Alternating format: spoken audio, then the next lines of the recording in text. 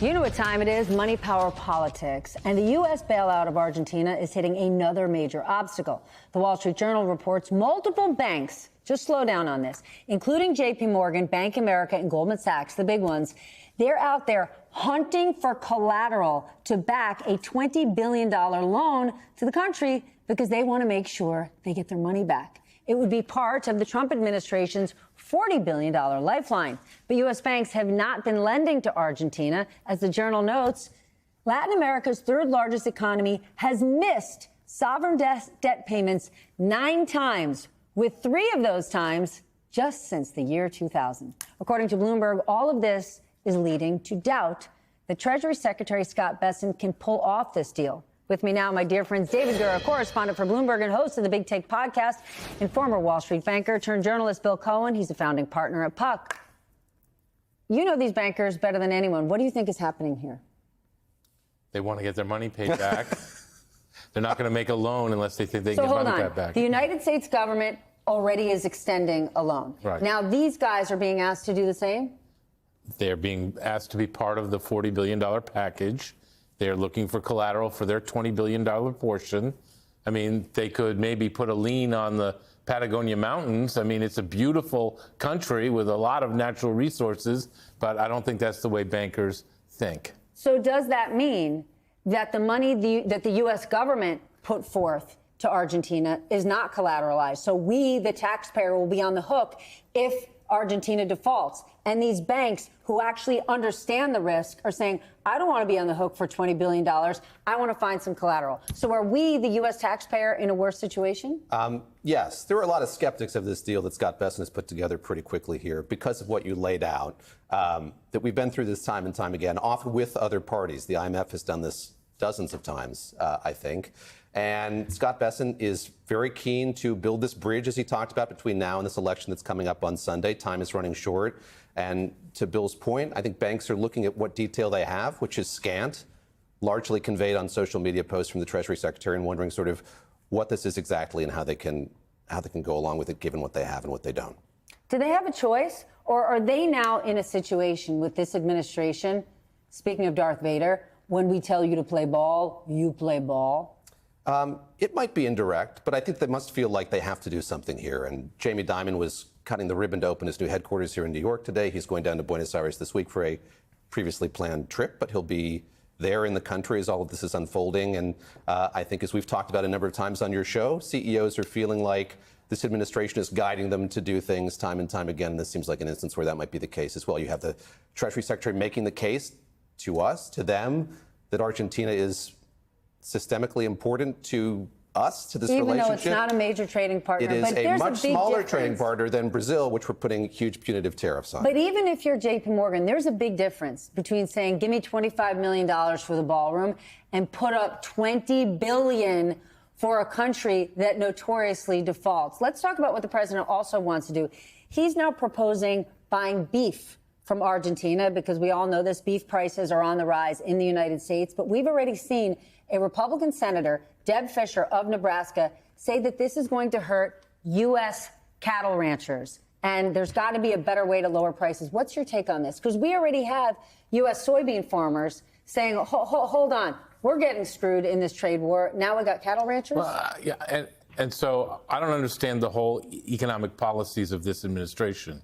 They're willing to hurt American farmers, American cattle ranchers, beef ranchers, and yet they're putting tariffs on, foreign goods that are coming into this country, and they're bailing out our farmers after putting the tariffs on, and yet bailing out Argentina, which was supposed to be, the great miracle in South America with Milei. I just am so confused, as I've said several times on this program before, by the economic policies of this administration. They make no sense. Okay, well, here's something that's not confusing. The big business that's tied to this administration. New topic. Donald Trump Jr. is launching a SPAC. If you're not familiar, it is a special purpose acquisition company. It's basically a shell company that a well-known person is running, and people give that shell company a whole lot of money because they believe in the well-known person, and then that person buys a bunch of businesses. These SPACs blew up fantastically just in the last 5 years to the tune of Billions and billions of dollars. Now Donald Trump Jr., the Trump family has killed it financially over the last 5 months, is building a SPAC. Donald Trump Jr. is running it. Laura Ingraham from Fox, she's one of the people involved in this deal. Do you want to walk us through this? I'll try, and then Bill can jump in with his expertise. I can't wait to jump in. But Chamath Palihapitiya, who is a venture capitalist and SPAC backer and podcast co-host as well, is behind this. And the problems with it are it signals there's a frothiness to the market. This isn't as regulated as a company going public through a traditional route, through an initial public offering. And you are banking on the expertise or the connections of somebody who's trying to put together this marriage once this company goes public. So I think there are all kinds of pitfalls here. We saw them a few years back when SPACs were really popular.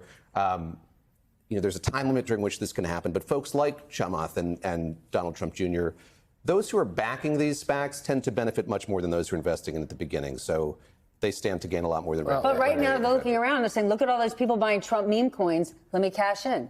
Well, Chamath was a guy who cashed in big time during SPAC 1, okay? He cashed in, and the companies, the preponderance of companies that he brought public through these SPACs have gone down the tubes. So he got out when the getting was good. He made $1 billion or more. And now, the companies that he created through the SPAC mergers have basically come a cropper. And now he's coming back and doing it again. Okay, well, then guess what? Buyer beware. Well, if you don't do totally. your homework, it's on you. Before we go, I do want to ask you, true. Warner Brothers, the company is officially putting itself up for sale after initially saying they were going to split into 2 companies. What can you tell us? Well, they still may split up into 2 companies. That could happen as soon as April. But I think David Zaslav at Warner Brothers Discovery and his board have realized this company is in play. We're going to sell it to the highest bidder. And whether that's, Larry Ellison and Paramount Netflix, Skydance, Netflix, Comcast, who's still, I believe, the parent company of this channel, could all be players in this, or the split-up plan could work. I mean, whatever creates the highest value for shareholders is what David Zaslav and his board will do. He's recognized that at this point. What do you think we're in for? Well, this has happened very quickly. I think I was talking to Lucas Shaw, who's covered this for us at Bloomberg, and he was saying it would be good to know sort of the direction that David Ellison, if he buys this company, might take it, if we could watch him handle Skydance Paramount for a little while longer. He hasn't. It's been just a few months now. So he's brokered a big mega merger within the last year. He hasn't even released the first quarter of his earnings because even though David Ellison clearly has the money and could do this, his father does. He might say, let me spend a little time figuring this business out before I dive right in. Or he might go big because he's not going home.